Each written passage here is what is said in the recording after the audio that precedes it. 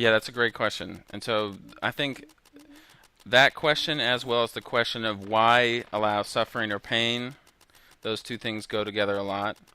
And I'll try to address that as best as I can. But I, I, Well, I like that. I like that you and I at least have started from the point where we both admitted that we're limited as human beings. I'm not just talking about we're imperfect, but like you and I understand that our ability to understand, perceive, and know the the true fullness of what reality is, we can't, or at least it seems like we can't. So answering those questions in light well, of knowing that, but I'll say that here's one thing I've thought is so God being the ultimate being, God is the ultimate being, and only He is perfect, meaning that everything else is imperfect by definition. Like it's not everything else isn't Him, therefore it's imperfect. And then that imperfection varies. Um, like physics and chemistry are not perfect, but they are much more well behaved than a human being is. And I can't honestly tell you why human beings are so problematic. Um, People can give it labels like we're sinful, or we're all born with a sinful nature, or we're all selfish by doesn't by nature, or whatever But I think that it's just part of the condition of not being God, like something that we're beings that are complex enough to relate and communicate to each other and to God, at least on some level. But by being that complex, and the fact that everything is imperfect, like I said before, right? Anything that's not God is imperfect. Do you follow me? And so then far. from the very basic level of things, like all the way down to the most like um, minute part of reality is imperfect. So when you stack a ton of those things together, have you ever heard of stacking tolerances when it comes to building machinery and things like that? It sounds vaguely familiar. Well, the concept is every single thing that's part of that machine, each part is only an approximation of the ideal perfect part of it, right? And Hmm. when the more complicated that machine is, and the more the goodness of fit between every single mated part has to be for it to function, that's called stacking tolerances, where each mating tolerates a certain degree of imperfection, right? Hmm. And so the more complicated the machine is, those all stack together, so it has a certain there's obviously wiggle room, and this is true in so many things you look into chemistry and physics and biology and everything else. There's wiggle room, but only a certain amount. And just the concept is when you're the pinnacle of animal development, you're the pinnacle of life development on a planet, perhaps in the universe. Who knows? We can talk about the Fermi paradox and great filters and all that shit later. But when you're the human race, you are talking about the tallest stack of tolerances on the earth. So this is such a complicated thing that's built of things that are not God, so therefore not perfect. In that case, necessarily is going to have problems. Just like if you had a factory producing millions of machines and each machine is extraordinarily complicated, there's inevitably going to be some machines that don't work as well, some that don't work at all, some that, you know, just work well enough. None of them are perfect. And so the problem of sin, the problem of pain and suffering, which are the results of those imperfections that I was talking about, Hmm. are what I was postulating are inevitable due to the fact that anything that's not God, which is created by Him, must be not perfect. Therefore, will generate at some point friction, just error, all those sort of things just occur, and it's just because it's not God. Everything that's not that God created, which is everything else, is not God, therefore is not perfect. So there's just problems that have to be overcome or tolerated or dealt with. And so that's why the whole human history is part of that concept of God dealing with that fact. And his solution, which to some people is a dumb one, but to some other people it's a very elegant solution, is that he accepts the fact that we're not him, and then he, to satisfy his own, like I said, his own perfection and his justice, he pays the penalty. It's just like it's just like the Jewish tradition of having a sacrificial animal, or if a person was to cancel your debt for you, they they um, they Exercising their own justice. it's necessarily them. They make that decision. The person who is the um, I don't know what the dettee or whatever debt person. Debtor. Yeah, the one person, they can cancel the debt, but the person who owes the debt cannot, right? So anyways, I know it's really complicated, and again, this is stuff that the Bible didn't go into at super deep length. You know what I mean? Like it tried to tell you the most basic, sufficient amount of information for you to just kind of get that I'm God, you're human, you're sinful, I'm perfect. You need me to rectify this or reconcile us. I'm sent my son to do that. It was accomplished. Now just realize that and or see that, and we have a relationship. And that's it. It's just about relationships. Does that in any way even partially answer your question where you asked why create imperfect things? First, were you talking about the creditor? Hmm? Like debtor versus creditor? Right, yeah, whatever the terms are for the two people in that relationship. Okay. Yeah. It makes sense to me. I I could understand, like, if you're a perfect being, and obviously again we're just Right. reaching here. And these words too, what does that mean? Um, why create anything? Right. And if you're perfect, wouldn't a perfect thing have to make things perfectly? Right. Well, my question is, why wouldn't you make another god? Pardon me one second. Right. So that's a good question. Uh I do think that there is an ultimate being, and I think that makes sense to me. I do believe there's also other beings between human and God that are different than us. And then that's where some people would discuss things like angels. Those were beings that were maybe that God, it's like God made other gods. Like by some definitions of the word gods, you could put an angel and be like, oh, this is a god, right? Hmm. Maybe. But the thing is, they're also not God, and that's the part of the narrative of the Bible too, is that God made the angels, and even they, who were programmed to obey, and they were supposed to, be the people the creatures that worship Him, and they're not even born, but they just are, they were made and they worship Him. Even those people, even those beings rebelled against Him, right? That's where Satan is. That's what Satan is.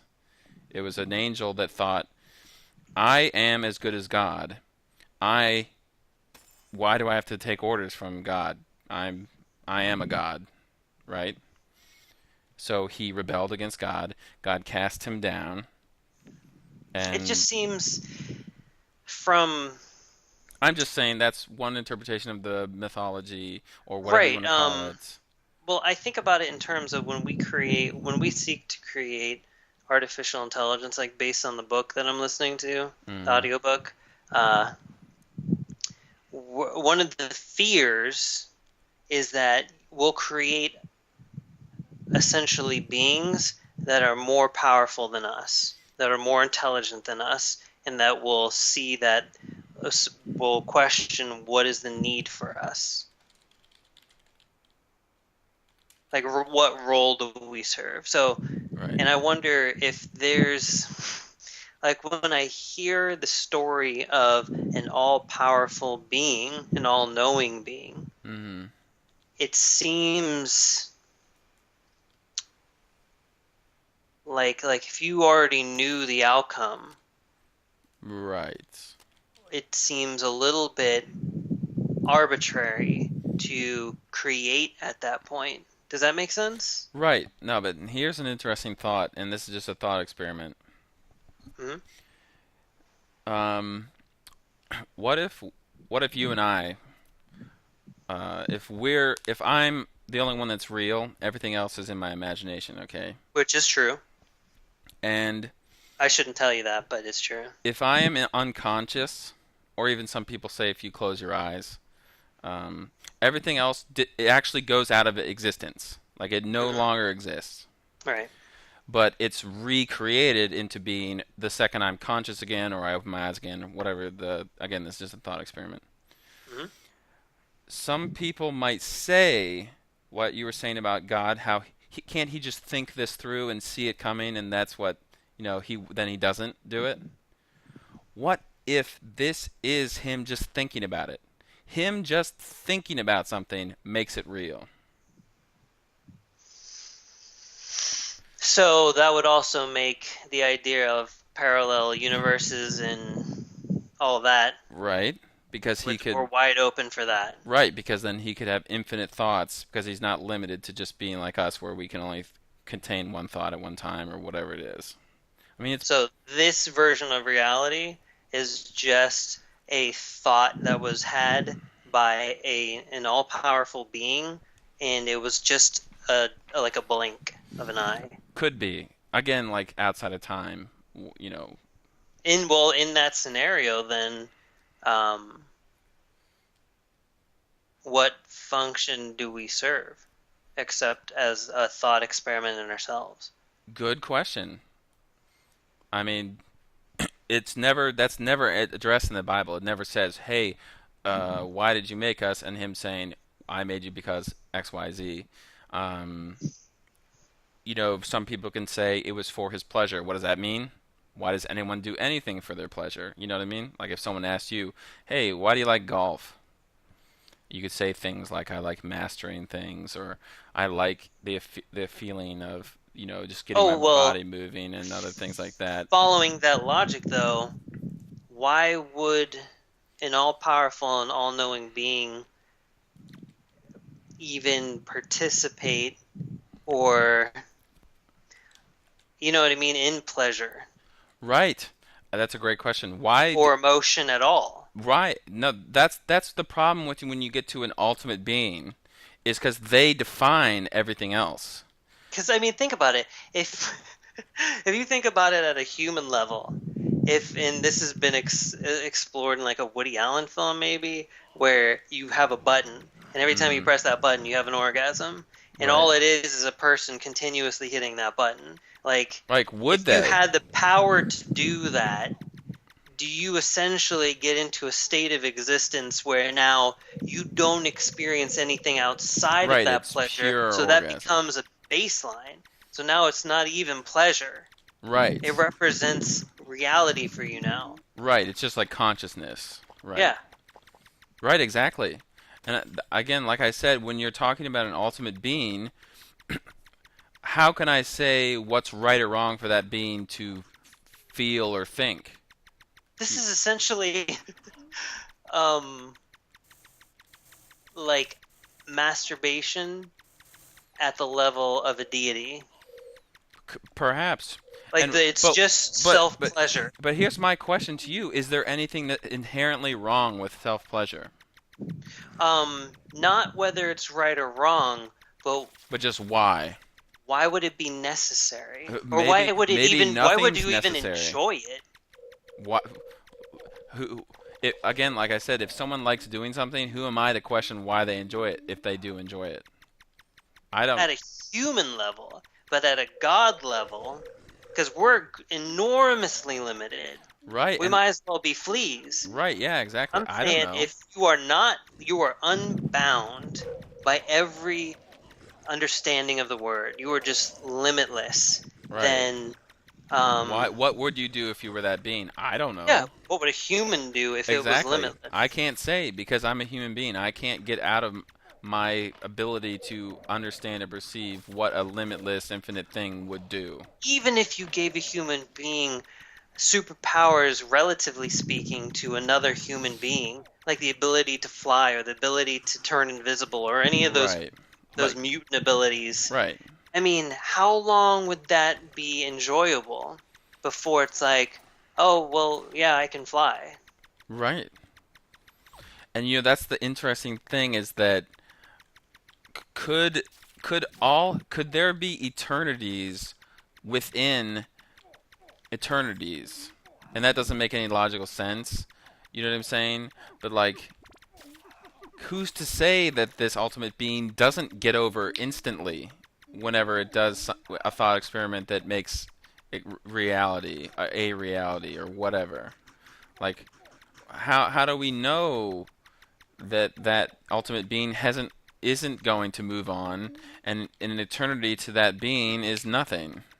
I would How do you say experience time when you're above time and space? I mean, you don't, first of all. that's what I'm So I saying. would think So, that time, the dimension of time, like doesn't exist for an all-powerful being. It doesn't even register. right, it exists because that it We made it. perceive it to exist. We perceive it to exist there, but it made that thing. I would say the closest we come to understanding the nature of God is the sense of oneness, or the sense of everything seeks. What is it in science? Like homeostasis. Everything Right, seeks. balance or Yeah, equilibrium. it just that's what all things seek, and the closest I feel like we can get to God, and I don't mean to limit this, but is that oneness, that sense of completeness. The only thing it seeks as an all powerful, all knowing being is completeness. Right, and perhaps then by that logic, the creation of whatever, all sorts of things, is just part of being complete. And Whoa, what would an all powerful being create to somehow make a more complete existence? like, right, like, this is an interesting thing because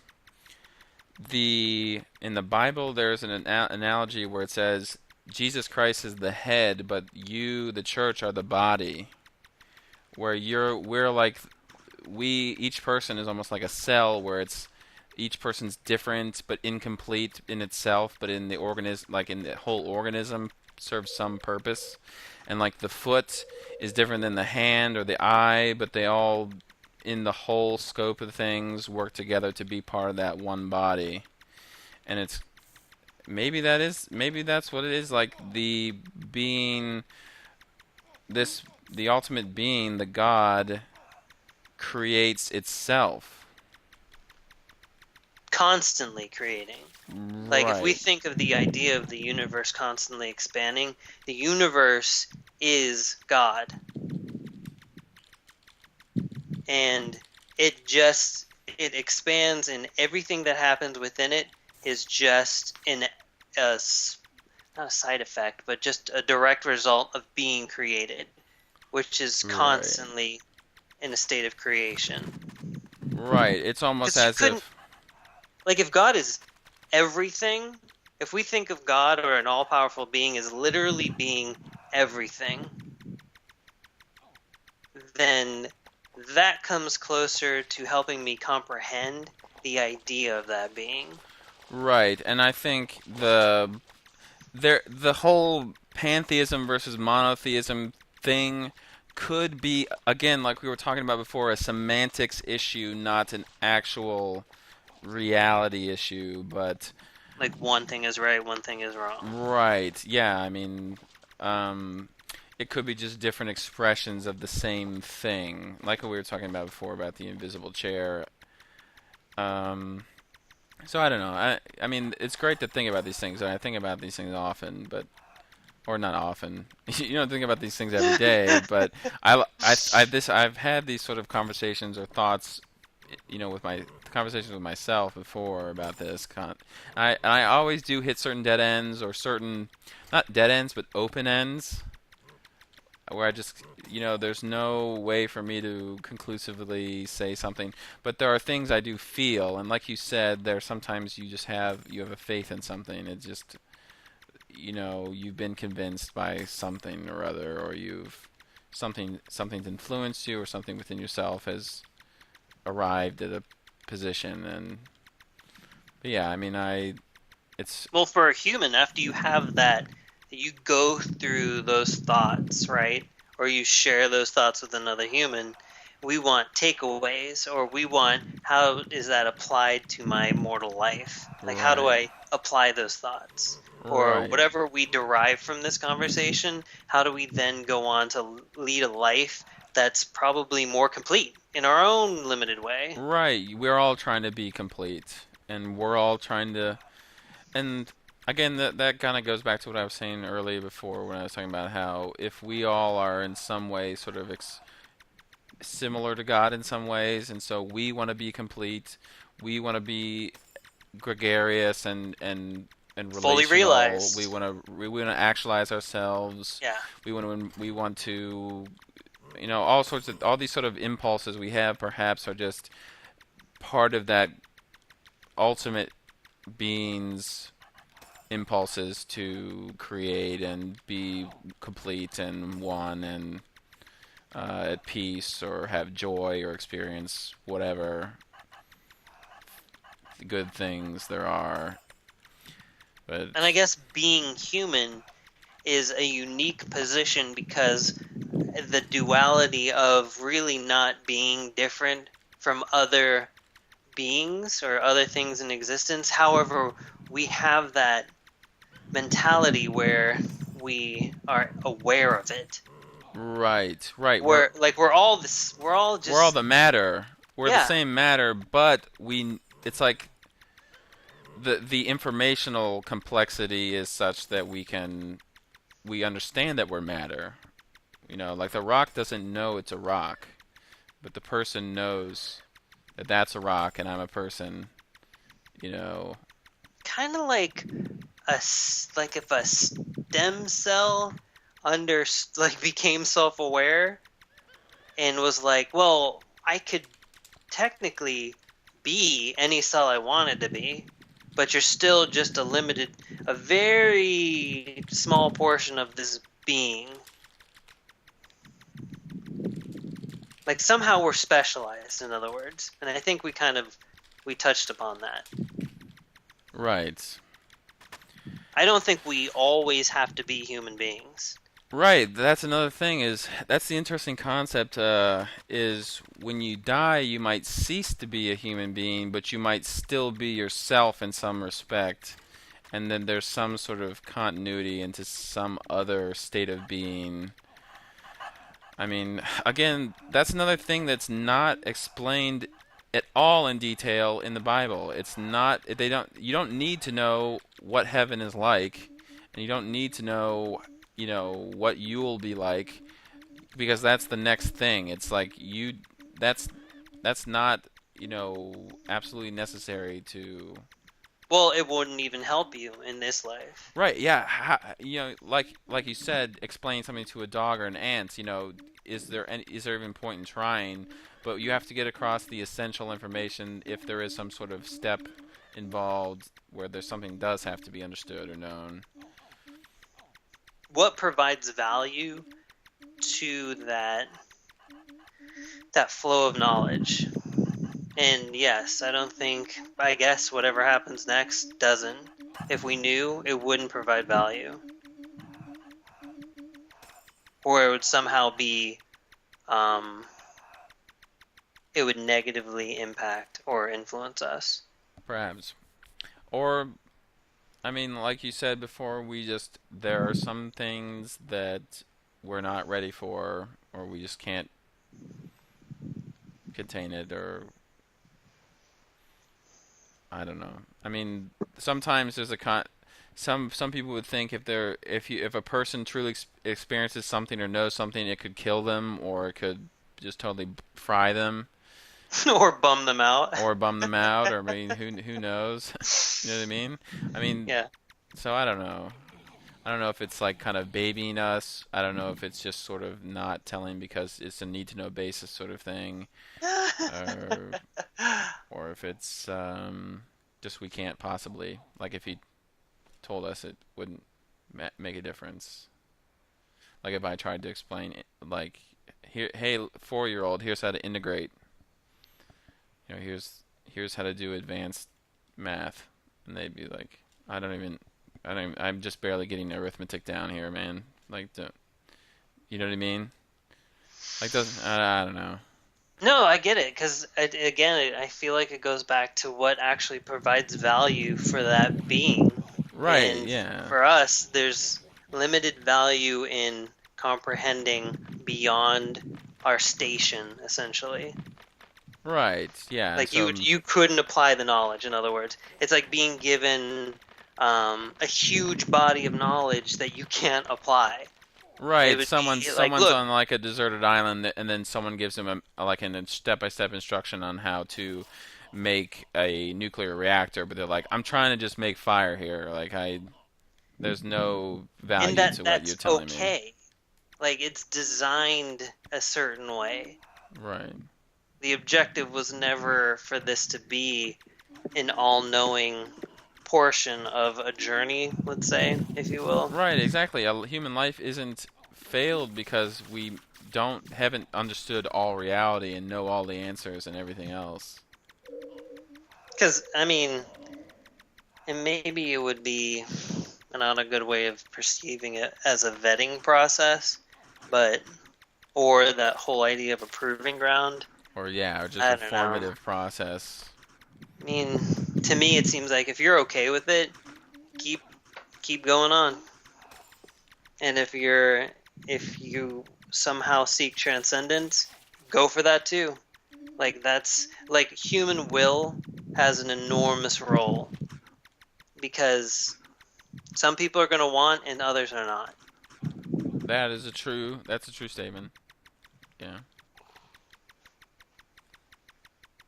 Which, if you have you seen the Never-Ending Story? Yeah. At So least there's a one and book. two or three. There's a book that the first movie is based on, and maybe subsequent films. But if you read that book, it goes into the inscription on the Orin of "Do what thou willst," Mm. and it goes into how Sebastian, that character, has this like Fantasia. Mm-hmm. He is limitless, essentially. Like they go into the imagination in the film, but and how important that is. But it's really kind of beautiful, Mm. and it touches upon true will and the concept of why that holds so much value. Right. And that could go back to the whole thing about you were saying, why would this God do these things? But what would you say to a being that was pure will? You know what I mean? Like, Like a when human being? if it was to do, you know what I mean? Like, if Sebastian is pure will and just doing what he wills, how would you question what he's doing? When I followed that trail, like through the Wikipedia catacombs, Mm-hmm. it was about it kind of goes into expression, like it's a being truly expressing itself, and that is will. And if we're looking at an all-powerful being, like any being, the similarity is, if there's any, is in its it seeks to express itself, or it doesn't even seek to, it It just just expresses expresses itself. itself. And Exactly. the pure form of expression is creation, and so that's what Exactly. it does eternally and forever and E- expanding. Exactly. So I think you have just kind of explained why would why would a god create? Just that just might be the way it is. And it's will, and it's just will. It just wills it to be, and that's how it is expressing itself. I don't know. No, that follows. It follows in how humans behave too, Oh yeah, on that we on a reflect limited that. level. I We. mean, when people create, it's pretty amazing.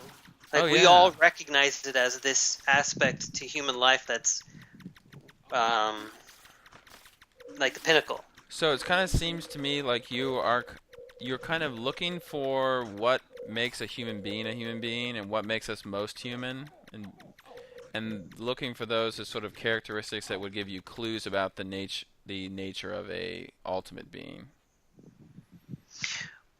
Ultimately, it would be in the philosophical side of it, like eventually coming to a point where I could have a hand in assisting people in the practical side of life. Like any religious text to me, or any philosophy to me, seeks to, it's kind of like a guide to life. Yeah, they all. Like, I mean, that's certainly true. I mean, there's so much of the Bible is just telling people, "Hey, here's what you should probably do this for each other, and you shouldn't do this to each other." right. And I think the goal of that isn't just to control us for the sake of controlling, but it's for Which the comes sake. to mind. But it's ultimately best for every single person involved, both the person who's deciding not to do something or deciding to do something for the other person, and the person who's on the other end. You know what I mean? Like when I don't murder people, that's good for both of us, because I think it's been shown time and time again that when a person murders someone else, it's not good for them.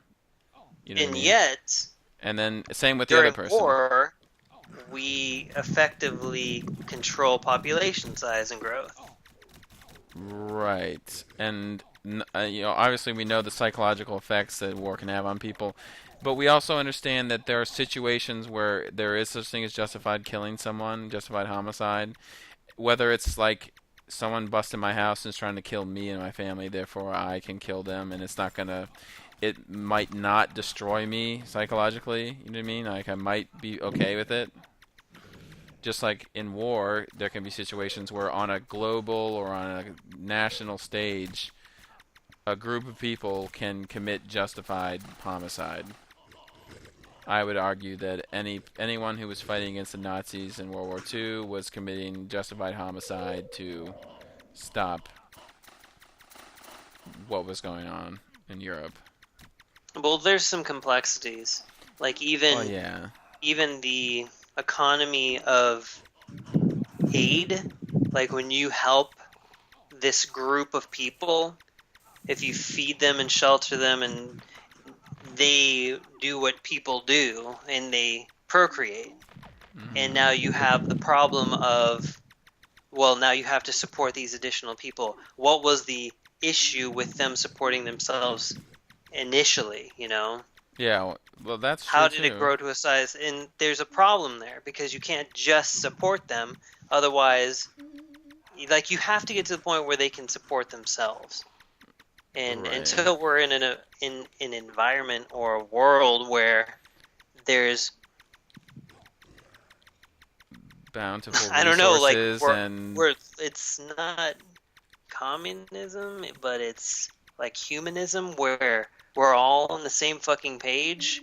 It's going to be, hey, you can't just help people and then create more people when hunger was the problem in the first place and being able to support okay, I themselves. see what you're sort of saying. I think you're sort of explaining how, given an economy of resources and a limited resources, there's a certain degree of moral irresponsibility to say if you're struggling to survive reproducing, and now you've introduced multiple people into the same problem that you've been having without Well, solving the problem. that we can't label things so readily as good or bad when, again, it goes back to things seek balance.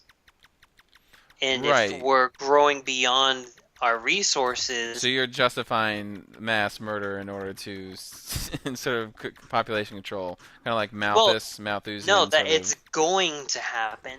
There will be competition for resources. Right. So like when the lion Not kills the that it's gazelle, it's not justified, but that wrong. It's it just that's will how it occur. is. Yeah. It's I could going see to that. occur when there's a limitation on fresh water, we revert to more animalistic tendencies. It's the We're not, I mean, Well, it's you've the heard binary it's, decision matrix of either I survive or you do, well, and it goes and back to everyone the picks hierarchy of themselves. needs. Like, we can be civilized and we can be cultured and wear clothes, but it's just about that thin. When it comes down to we're tumbling down the hierarchy of needs, we go back to a primal state. Yeah, And the no, ones that are civilized and that are cultured will die because in their mind there's an ideal, and in the mind of beings struggling to survive, there's the one notion of survival. but one second.